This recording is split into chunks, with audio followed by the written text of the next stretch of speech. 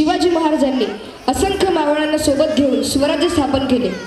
या स्वराज्याला कायदेशीर मान्यता मिळून त्याचे अस्तित्व कायम राखण्यासाठी राज्याभिषेक आवश्यक होता। राजगडावर 6 जून 1674ला शिवाजी महाराजांनी गागा भट्ट यांच्याकडून आपला राज्याभिषेक करून घेतला। 32 मान सोन्याचे सिंहासन होते। एक भव्य दिव्य राज्याभिषेक सोहळा पार पडला। रयतेला राजा मिळाला। त्या दिवसापासून शिवरायांनी राज्याभिषेक कालगणना सुरू केली आणि शिवराई हे चरण सुरू केले। पण एक देश विदेशांचे राजे राज्याभिषेक सोहळ्याला उपस्थित होते। रायगडावर 4500 राजे जमले। गागा भट्टांनी पवित्र 7 नद्यांचे पाणी आणले। राजे ब्रह्ममुहूर्तावर उठले, स्नान केले, शिवाई मातेला अभिषेक केला आणि जिजाऊ मातांचे आशीर्वाद घेतले। गळ्यात कवड्यांच्या माळा आणि डोक्यावर जिरोटोप घातला। कमरेला भवानी तलवार जोडून राजे गड फिरू लागले। आपल्या परमपूज्य आणि आदर्श राजाच्या राज्याभिषेक सोहळ्याचे सादरीकरण आपल्या समोर करत आहेत सह्याद्री स्कूलचे स्टुडंट्स।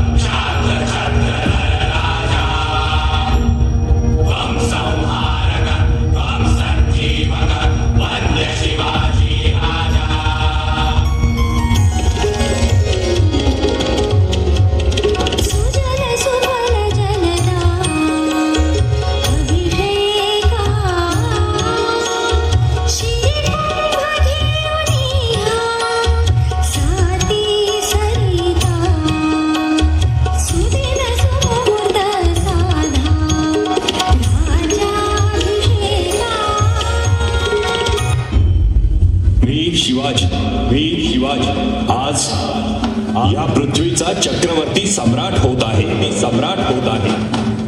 पृथ्वीवर संचार करणाऱ्या सर्व अमंगळ नरपशूंचा नायनाट करण्यासाठी मी परमात्म्याशी वचनबद्ध होत आहे. मी भूपती, ही भूमी माझी पत्नी आणि रयत माझी लेकरी.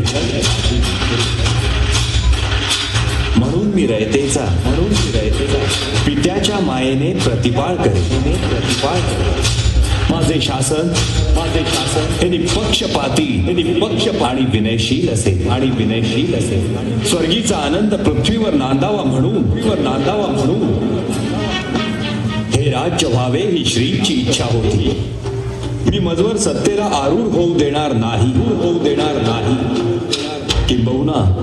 किंबहुना आईच्या मायेने मी मातृमुखी सत्तेचा निर्वाह करेन.